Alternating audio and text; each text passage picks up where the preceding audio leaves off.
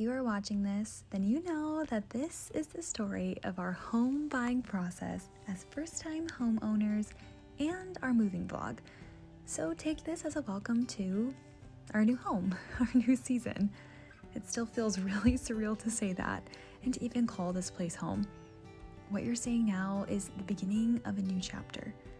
But like with every story, ours began long before this. It's been a little over 2 months since we've moved in, and I am happy to report that we have settled in mostly, with still some boxes laying around here and there. We're also in the middle of getting our kitchen remodeled, which is definitely hard with a toddler, no doubt. Nevertheless, we've settled into a rhythm here. We're so grateful for the Lord's provision. Now, I wish I could say getting this house was easy, simple, straightforward even, but the truth is, there was a big battle being waged, which I know sounds so crazy, but here I hope you will see that the goodness of the Lord and the incredible testimony of this house is not one to be joked about. This video will share the whole story from start to finish, with all the grief and headaches and rejoicing, and also feature all the clips we've captured during the entire moving process. This is the story of how we got and moved into our new home.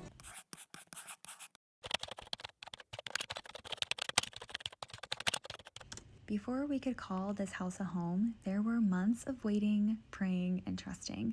There were paint-stained hands and endless trips to the hardware store, boxes literally stacked taller than me, more takeout dinners I like to admit, and right in the middle of all the change, we got a huge unexpected surprise. It was a lot. Beautiful, stretching, sanctifying, but through it all, we kept believing that God had a place for us, one that would hold this next season of our family's story.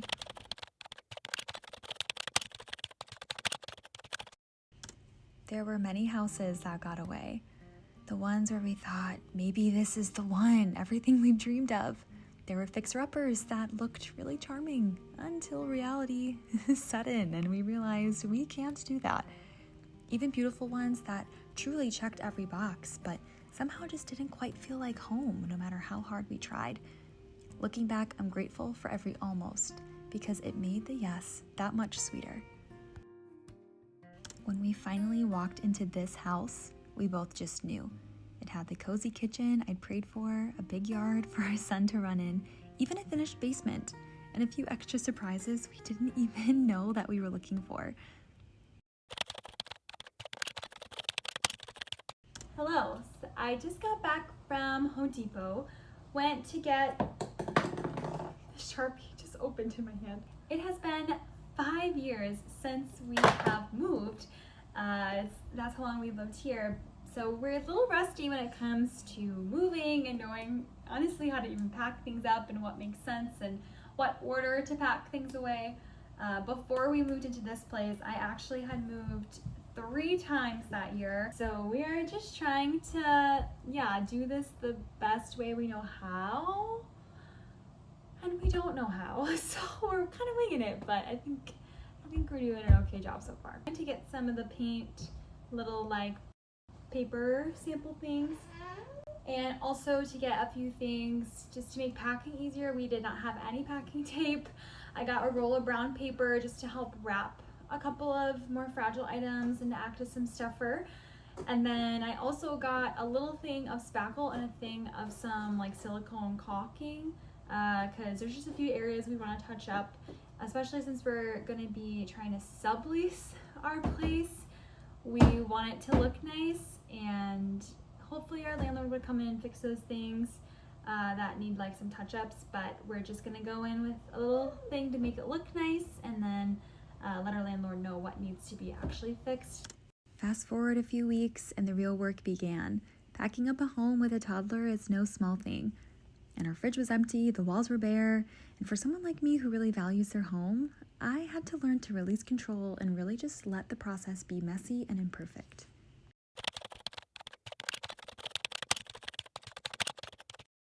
Whenever you hear the word asbestos, you think worst case scenario, and I definitely was.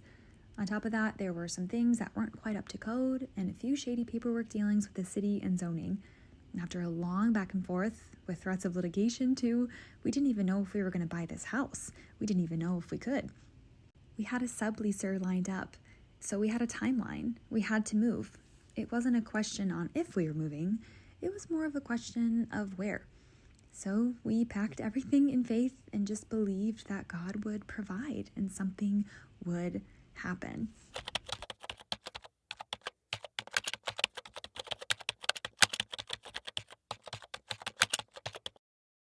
The day before our move, we still hadn't heard back from our real estate team if we were going to move forward with this house.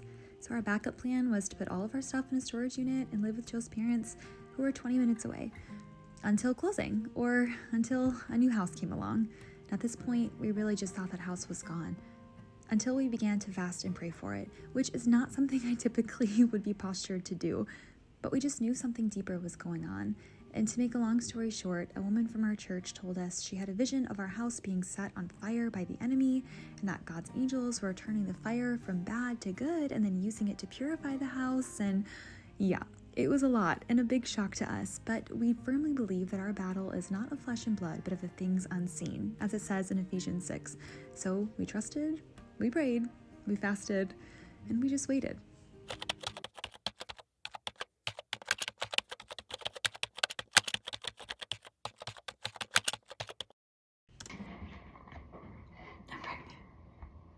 Yep, you heard that right. The day we found out about our house, the day we moved all of our things into storage and moved in with our in-laws, was also the same day we found out our second baby was growing in my womb. So we are one day post-move. We are with Joe's parents. We still have our apartment leased for a couple of days yet, so although it is mostly empty, minus a few things I gotta throw out, I'm gonna do a deep clean. We actually had a pack and play set up from move day, and then I put a bunch of clothes hanging on the curtain rod to keep it dark in there for Moses. I just came back from church. He's taking his nap with that same setup, so I'm gonna make use of this time and get this place clean so that we can hand in our key.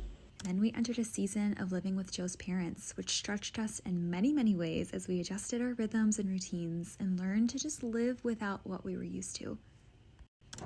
Good morning. We are getting a little bit of a late start on our morning. Moses just really wanted some snuggles today, which I'll always take. But now I'm making us breakfast, just some eggs, and we're just gonna have a chill day.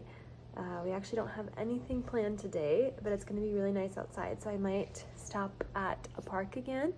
We'll have to see kind of how the day unfolds. I think sometimes when there's days without structure, they almost feel more like busier or maybe more chaotic. I guess, yeah, just a lack of having a plan sometimes isn't always a good thing. Hopefully start moving a few things over to the new house. Yeah.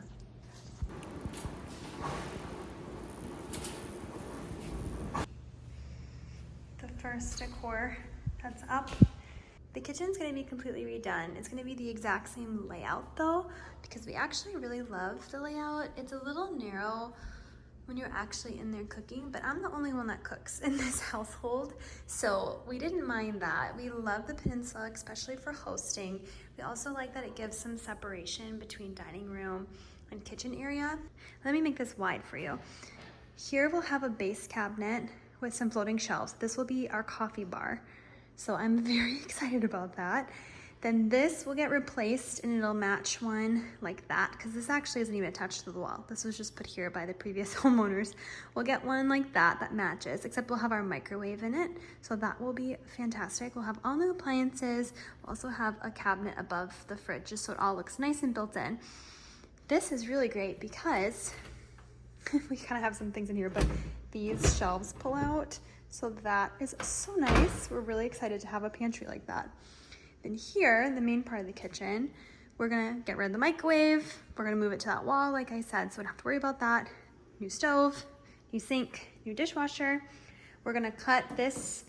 I love the shelves, they're so fun, but we wanna have all the space we can since it's so narrow. So we decided we're gonna take the shelves off and make the island go straight so we can get all the extra walking room.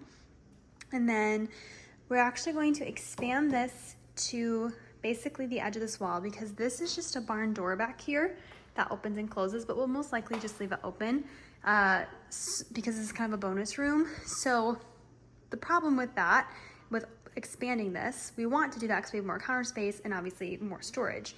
But we can't move this because this soffit has to stay. It has plumbing and electrical and ventilation in it, which is the triple whammy we were not expecting. So what we're going to do, which my friend suggested, just doing some corner shelves here to kind of make it seem more symmetrical.